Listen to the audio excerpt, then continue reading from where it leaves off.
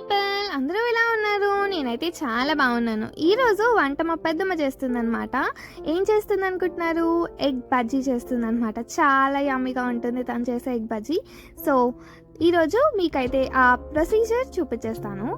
So first అయితే ఇక్కడ 15 eggs వరకు తీసుకున్నారు అండ్ ఇలా ఇందులో పెట్టేసి వాటర్ వేసేసి ఇందులో కొద్దిగా సాల్ట్ని అయితే యాడ్ చేశారు. సాల్ట్ వేయడం వల్ల మనకి ఎగ్ మంచిగా కుక్ అవుతుంది అండ్ మనకి ఎగ్ తినేటప్పుడు కూడా కొద్దిగా టేస్టీగా ఉంటుంది అనమాట. సో అది పెట్టేసి కుకింగ్కి వదిలేసారనమాట. అండ్ ఇప్పుడు ఫస్ట్ మనము పిండి తడుపుకుందాము.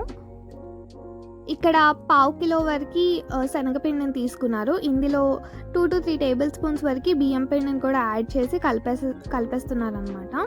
సో ఇలా పిండిని మొత్తం ఒకసారి 2 పిండిలను కలిపేసిన తర్వాత 1 టీ స్పూన్ వరకు జింజర్ గార్లిక్ పేస్ట్ అండ్ కొద్దిగా సోడాని కూడా వేస్తున్నారు. ఇలా సోడా వేయడం వల్ల కొద్దిగా ఫ్లఫీగా వస్తాయి మన బజ్జీలు. అండ్ ఇందులోకి 1 టేబుల్ స్పూన్ వరకు కారం వేస్తున్నారు అండ్ టేస్ట్కి తగ్గట్టుగా సాల్ట్ని కూడా వేసి మొత్తం ఒకసారి కలిపేసిన తర్వాత వాటర్ కొద్దిగా యాడ్ చేస్తూ దీన్ని అయితే కలుపుకుంటున్నారు అనమాట. పిండి కలపడంలోనే ట్రిక్ ఉంటుందన్నమాట. మన టేస్ట్ మొత్తం ఈ పిండి మీద డిపెండ్ అవుతుంది.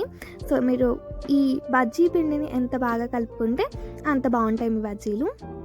సో కొద్దిగా వాటర్ యాడ్ చేస్తూ లంప్స్ లేకుండా నీట్గా కలుపుకోవాలి. చూస్తున్నారు కదా ఎలా కలుపుతుంది. కలిపే ప్రాసెస్ని కూడా అబ్జర్వ్ చేయండి. యాక్చువల్లీ నేను చిన్నగా ఉన్నప్పుడు ఒకసారి మా పెద్దమ్మ వాళ్ళ ఇంటికి వెళ్ళినప్పుడు తను చేశారు ఇలాగా. సో నేను అప్పటి వరకు ఎగ్ బజ్జీ ఎప్పుడూ తినలేదు. సో ఫస్ట్ టైం వాళ్ళ ఇంట్లోనే అది కూడా ఫుల్ ఎగ్ పెట్టి చేశారనమాట. సో నాకు ఇలా తినగానే నా సోల్ మొత్తం సాటిస్ఫై అయిపోయింది. అంత మంచిగా అనిపించిండే. సో అప్పటి నుంచి ఎప్పుడు వెళ్ళినా ఎగ్ బజ్జీ చేయమని అడిగే వాళ్ళం అనమాట.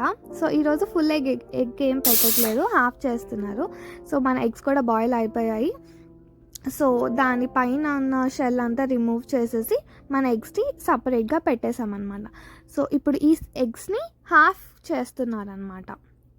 అండ్ కొంతమంది హ్యాండ్స్లో ఉంటుంది కదా, లైక్ ఎంత ఫాస్ట్గా చేస్తే అంత కాన్సన్ట్రేట్ చేసి కుక్ చేయకపోయినా టేస్టీగా ఉంటాయి కదా. సో అలా మా పెద్దమ్మ ఎగ్ బజ్జీ అంత టేస్టీగా ఉంటుంది అనమాట. సో నార్మల్గా చేసేస్తుంది అండ్ టేస్టీ ఉంటాయి. సో ఇక్కడ నైఫ్తో పెట్టి కట్ చేస్తాను. మీకు ఇలా నచ్చకపోతే థ్రెడ్ ఉంటుంది కదా, థ్రెడ్ని ఆ ఎగ్ మధ్యలో పెట్టేస్తే నీట్గా కట్ అవుతుంది అనమాట. సో ఇప్పుడు మన ఎగ్ని ఇందులో డిప్ చేసి ఇందులో వేసేయడమే. మన ఆయిల్ హీట్ అయిన తర్వాత ఇందులో వేసి నార్మల్గా బజ్జీలా ఫ్రై చేసుకుంటారో అలాగే చేసుకోవడము. చాలా సింపుల్గా మీ టేస్ట్ మొత్తం ఈ బజ్జీ పిండిలోనే ఉంటుంది అండ్ ఎలా ఫ్రై చేసుకుంటున్నారో దాని మీద ఉంటుందన్నమాట. సో చూస్తున్నారు కదా మన బజ్జీలు అయితే రెడీ అయిపోతున్నాయి. మంచిగా గోల్డెన్ బ్రౌన్ వచ్చేంతవరకు దీన్ని 2 వైపులు తిప్పుకుంటూ ఫ్రై చేసుకోవాలన్నమాట. ఈవినింగ్ టైంలో స్నాక్ కింద చాలా బాగుంటుంది. వర్షం పడినప్పుడు కానీ నార్మల్గా కూడా బాగుంటాయి అన్నమాట టీ టైంలోకి. సో మీరు కూడా ఒకసారి ఈ రెసిపీని ట్రై చేసి మీకు ఎలా అనిపించిందో కామెంట్ సెక్షన్లో కామెంట్ అయితే చేయడం అస్సలు మర్చిపోకండి. అండ్ ఈ బజ్జీల మీద ఒక స్పెషల్ మసాలా కూడా చల్లిద్దాము. అది కూడా చాలా బాగుంటుంది అండ్ సింపుల్గా కూడా చేసేసుకోవచ్చు. ఇది ధనియాల పొడిలో కొద్దిగా సాల్ట్ వేసి కలిపింది. చాలా బాగుంటుంది. ఒకసారి మీరు అయితే ట్రై చేయండి. సో ఇలా స్ప్రింకిల్ అయితే చేసేసి ఇంకా తినేయడమే. సో మా పెద్దమ్మ రివ్యూ కూడా వస్తుంది చూడండి.